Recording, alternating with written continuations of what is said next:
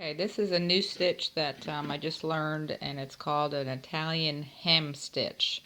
Instead of sewing the end when you get your cloth, you can go ahead and do this Italian stitch, which is very easy. The directions that I had gotten looked very difficult, but you just take your needle and tie your knot anywhere at the end, and you should be able to pick up the stitch from here.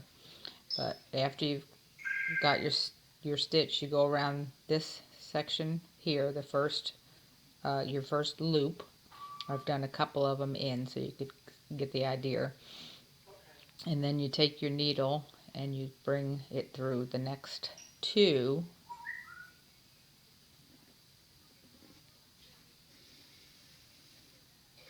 And you can pretty much use any type of embroidery thread. You can use the cotton thread that they call for, but it doesn't really matter.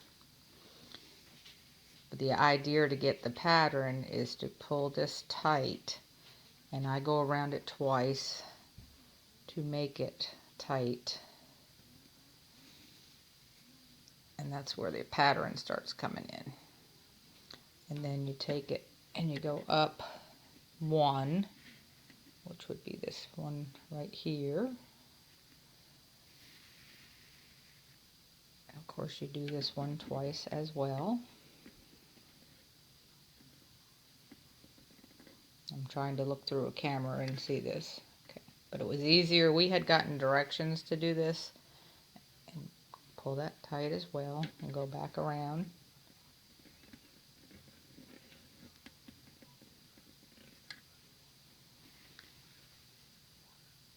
Pull it tight, and then that brings you to your next big hole, which you do this before you wash your fabric. And then you bring it back through these next two.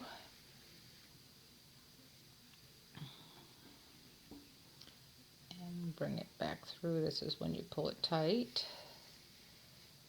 Which that gives, if you can see, the pattern is starting to form.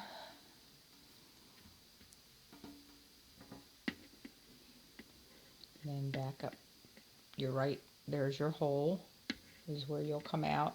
Like I said, this is a lot easier to see. You can do it on a one that you've already sewed. And the idea of this is once you get this all the way across,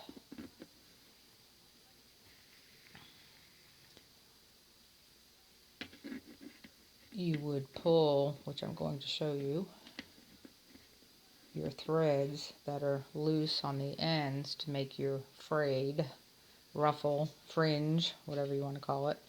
Okay, so you just keep following this simple pattern.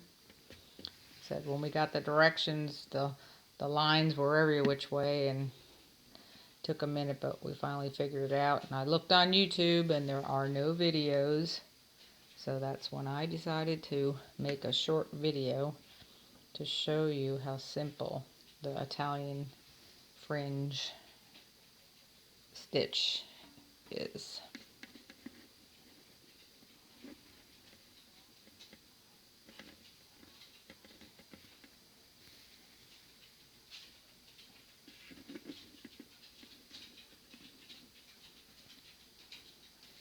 And you just keep doing this from one end on your right hand side, because just like when you're doing your Swedish weave, you're working from right to left. So on your right side where you started your stitch is where you would make your knot. Now depending on which way you're going on your fabric, run that twice or not, I'll go around it again. Depending on which way you're doing your fabric, it is very hard to hold all this thread. So you will probably have to make several pieces. You'll have to tie it in. I did one, and I had to tie it in. I had to tie three by the time I got done in the back, which is no big deal because you see it in the back. It's not like the Swedish weave where there is no line in the back. You can see this line. That actually makes it a decorative type of border. Don't mind my dogs in the back. Just make sure each time you do the two that you're pulling them tight together, because that's where your pattern is showing. As you can see how nice that is becoming. I'm going to go a few more stitches here. So go back up. It's very easy. A little harder behind the camera. Just keep going up. Do your stitches. Oops. Back in that hole. And you can use the white. The blanket I'm working on now happens to be a pink rattles, and I put this in. I bought pink embroidery thread, and I put the pink all the way across, and then after that I was able to pull, because it's not sewn, and I could pull the bottom. However, you can make your fringe however long you want. And that, so now I'm going to show you. This is the part. I'm just going to cut this in just so that you can see what I'm talking about as far as the fringe, because basically this would be now what you would call your sewed edges. So this would be your fringe. You just pull this string out until you get up to that spot, which is where you've put your Italian hem, and now you have a pretty fringe at the bottom.